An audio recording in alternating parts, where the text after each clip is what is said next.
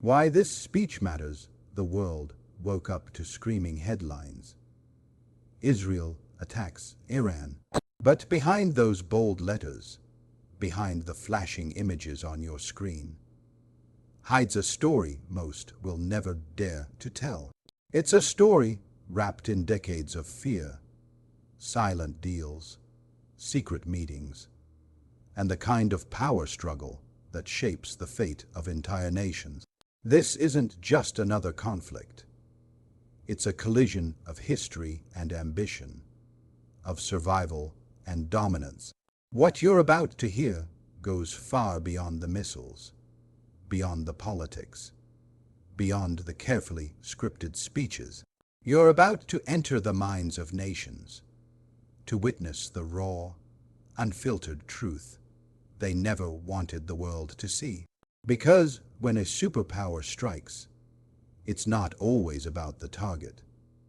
Sometimes it's about what they're desperately trying to protect. And when fear begins to lose its grip, even the most powerful will gamble everything to maintain control. Tonight, I'll take you behind the curtain, behind the headlines, into the very heart of why Israel attacked Iran. Not the version they want you to believe, but the real version. And once you hear it, you will never see this conflict the same way again. Stay with me, because the truth begins right now. Israel's true motives, geopolitical and strategic analysis. Israel's fear of Iran isn't just rooted in weapons or military strength. It's something far more powerful: ideology. Iran represents a vision of the Middle East that completely opposes Israel's existence and its current dominance in the region. For Israel, Iran isn't simply another nation with military capabilities. It is a revolutionary force that inspires resistance across the Muslim world. Iran's growing influence means that more nations, more groups, and more people are beginning to challenge Israel's authority, its policies, and its very foundation. This isn't a war of missiles alone. It's a war of ideas, of hearts, of loyalties. As Iran strengthens its ties with nations and movements throughout the Middle East, it builds a web of influence that threatens to encircle Israel. Hezbollah in Lebanon, the Houthis in Yemen, groups in Iraq, Syria, and even inside Palestine. All are directly or indirectly supported by Iran. This network creates constant pressure on Israel's borders, leaving it feeling increasingly cornered. Every new Iranian alliance chips away at Israel's control, turning regional dynamics against it. Israel has long benefited from being the dominant power in a divided Middle East. But Iran is slowly changing that game, fostering unity among groups that share its vision of opposing Western-backed dominance. What terrifies Israel even more is that Iran's message resonates with oppressed people far beyond its borders. The oppressed see Iran as a symbol of defiance against Western occupation, colonialism, and injustice. This gives Iran a soft power that no missile can match. As Iran's reach grows, Israel fears losing not just its military edge, but its psychological advantage. The narrative of being the eternal victim, surrounded by hostile forces, begins to weaken as more voices rise against it. This ideological rise of Iran challenges the very identity of Israel as the sole dominant force in the region. Iran's role in the Middle East conflict, it forces Israel to act, to strike preemptively, not just to destroy weapons, but to crush a growing idea. Because when an idea spreads, borders mean nothing. That's the war Israel fears the most. Israel's deepest fear has always been Iran's nuclear ambition. This isn't just about one bomb or one facility. This is about survival. In the heart of Israel's leadership, there exists a constant anxiety that if Iran ever crosses the threshold of becoming a nuclear-armed state, the entire balance of power in the Middle East would tilt forever. Israel has lived for decades under the security of its own unspoken nuclear capability, giving it silent dominance over its neighbors. But the moment Iran steps into that club, Israel loses its ultimate leverage. The concept of deterrence changes. For the first time in its history, Israel would face a rival capable of matching its most secretive, most powerful threat. It's not just military destruction they fear. It is the destruction of psychological superiority. The very notion of being untouchable vanishes. Countries that once hesitated to challenge Israel might find new courage under the protective umbrella of a nuclear Iran. And beyond the politics and strategies lies the ultimate terror, the fear of annihilation. The historical trauma that shapes Israel's national psyche makes the idea of a nuclear Iran unbearable. Israel doesn't see Iran's nuclear program as a distant possibility. It sees it as an approaching nightmare. Every enrichment facility, every centrifuge spinning in Iranian labs, is viewed not just as technology, but as a ticking clock, counting down to disaster. This is why Israel has repeatedly carried out covert operations, assassinations, and sabotage within Iran.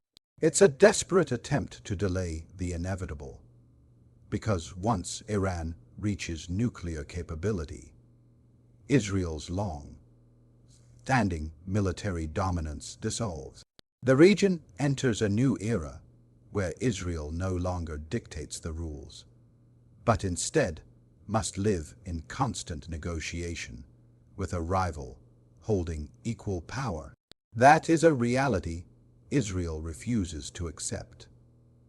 Iran's strategy has never relied solely on its own borders or conventional military strength.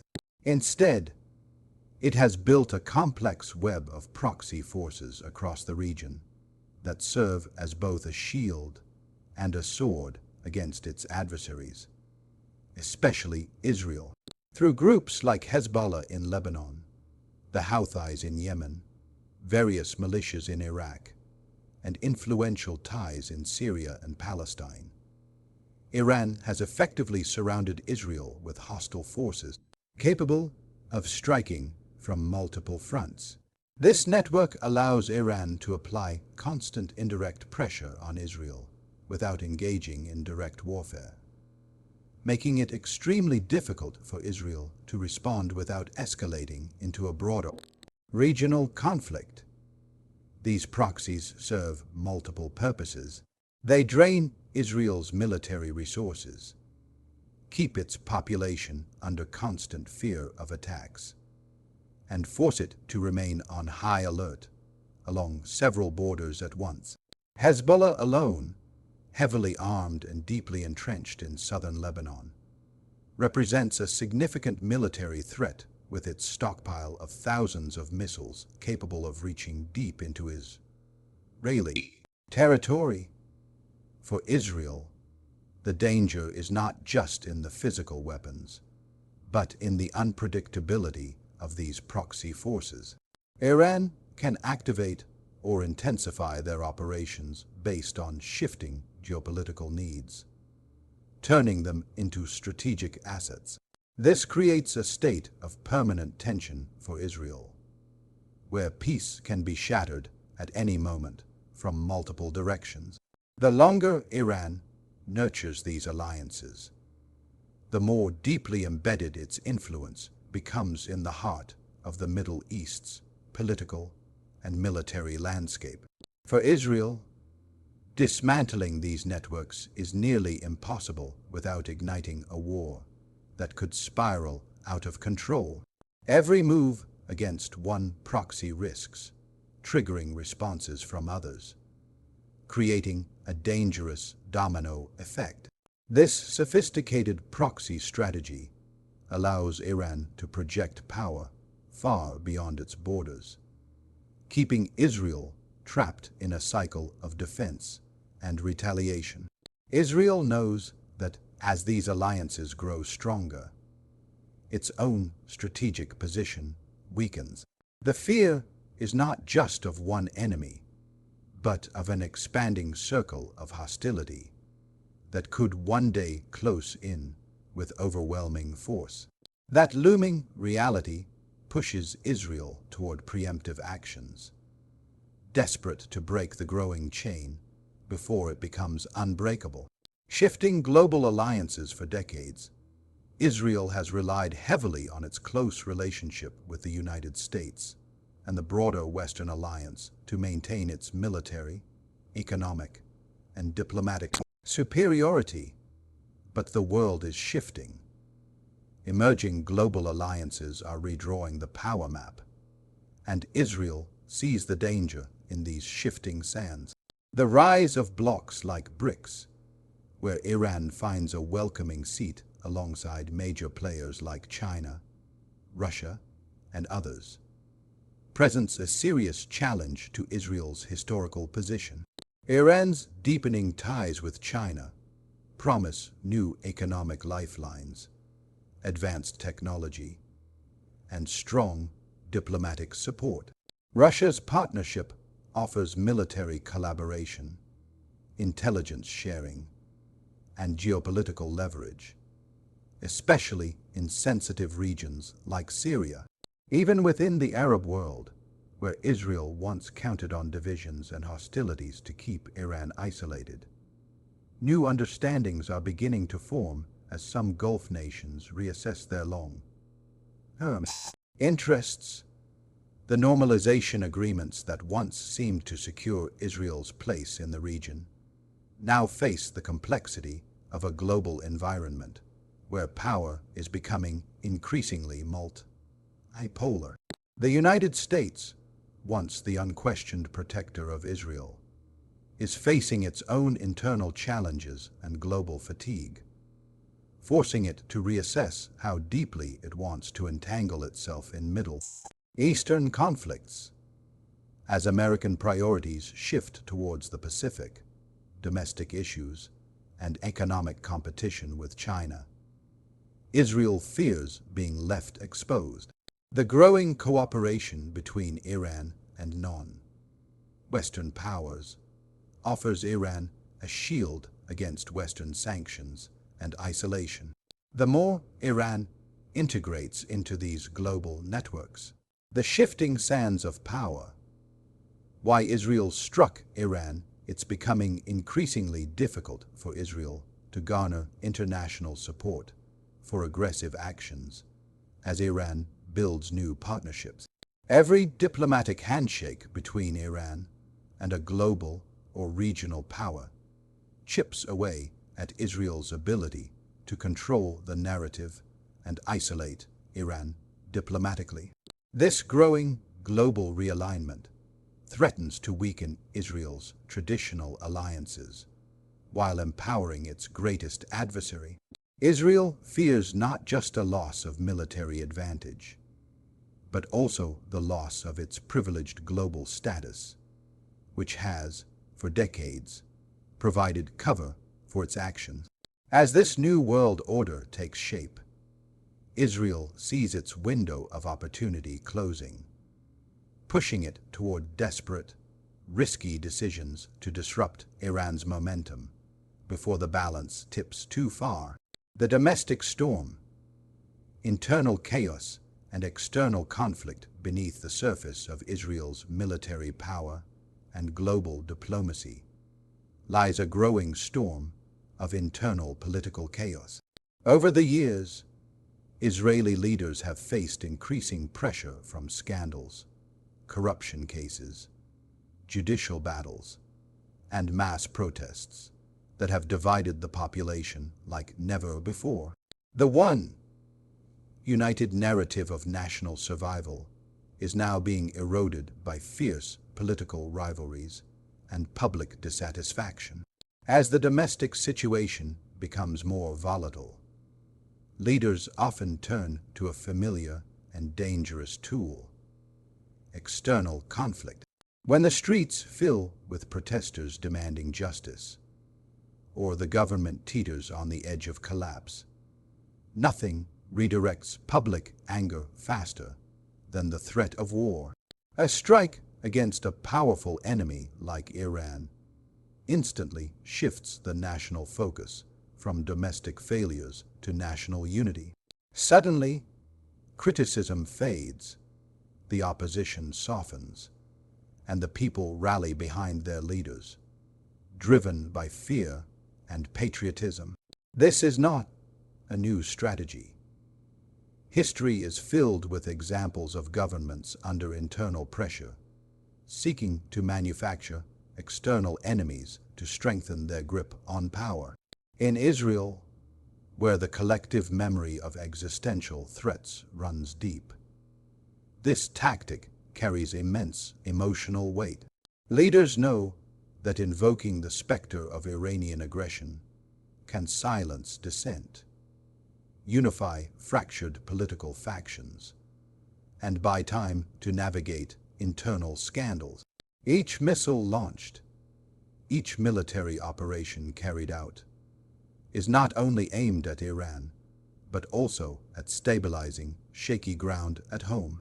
The leadership plays a high-stakes game, hoping that external aggression will outweigh internal grievances, even as it risks dragging the entire region into a wider conflict. But as this cycle repeats, the stakes grow higher. The public may rally temporarily, but underlying divisions remain, simmering beneath the surface, ready to explode once the external threat fades. For Israeli leaders trapped in political turmoil, striking Iran becomes a calculated gamble. It's a dangerous attempt to transfer the battlefield from the chaotic halls of domestic politics to the global stage, where fear can be more easily controlled than discontent. In doing so, they risk lighting a fire far greater than the one they seek to extinguish at home. The narrative war, controlling global perception in modern warfare. The battle is not only fought with missiles, drones, or soldiers. It's fought in headlines, on television screens, across social media platforms, and within the minds of billions around the world.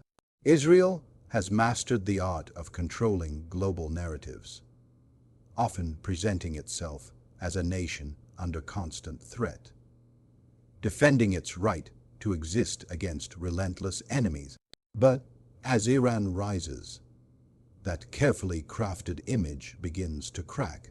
Iran's growing presence on the global stage threatens to expose a different side of the story, one where Israel's actions are increasingly seen as aggressive rather than defensive. The more Israel strikes preemptively, the harder it becomes to maintain the image of victimhood. By attacking Iran and framing it as a rogue state pursuing nuclear weapons, sponsoring terrorism, and destabilizing the region, Israel attempts to keep international sympathy firmly in its corner. It seeks to reinforce the idea that any military action taken against Iran is an act of self-defense, not aggression. This narrative is crucial to securing continued Western support, financial aid, advanced weaponry, and diplomatic protection, especially in institutions like the United Nations, where global opinions are constantly shifting. However, Iran's expanding alliances and its growing influence in Western media challenge this monopoly over the narrative. New voices, new media outlets, and emerging powers are telling stories that don't align with Israel's long-standing portrayal. As these alternative narratives gain ground, Israel fears losing its grip over global public opinion. If the world begins to see Iran not as the sole villain, but as a nation resisting Western and Israeli dominance, the moral high ground that Israel depends on starts to erode. Israel understands that perception shapes policy. If global sympathy shifts even slightly, it could weaken international sanctions against Iran, reduce military cooperation, and increase diplomatic isolation for Israel itself. Every strike against Iran is not just a military operation. It is a media campaign designed to dominate headlines, frame the conflict, and sway international opinion before alternative perspectives take hold. This battle for the world's sympathy may be the most important war Israel is fighting, because once the narrative slips away, so too does the silent permission of the world to continue its policies unchecked. The full picture, history, fear, and power collide, so now you see the full picture. This is not just a simple war between two nations. This is a chessboard where every move carries the weight of history, fear, pride, and survival. Israel's strike on Iran is not a sudden reaction. It is a desperate act born from years of anxiety, growing pressure, and shifting power. Iran's rise threatens not only Israel's military dominance, but its entire identity on the world stage. The fear of losing nuclear superiority, the tightening grip of Iran's proxies, the shifting global alliances, the boiling political crisis within, and the constant battle to control narrative, all have pushed Israel to the edge. And when a nation feels cornered, it lashes out. But every strike carries a price. The region sits on a knife's edge, where one wrong move could ignite flames that burn far beyond borders. The world watches, holding its breath, as these two forces collide. The real reason behind Israel's attack on Iran is not written in headlines. It's written in history, fear, and power. Thank you for staying with me until the end. The world is changing right before our eyes. May you always seek truth with courage, question the narratives with wisdom, and never stop learning. Good luck, and may peace guide your heart.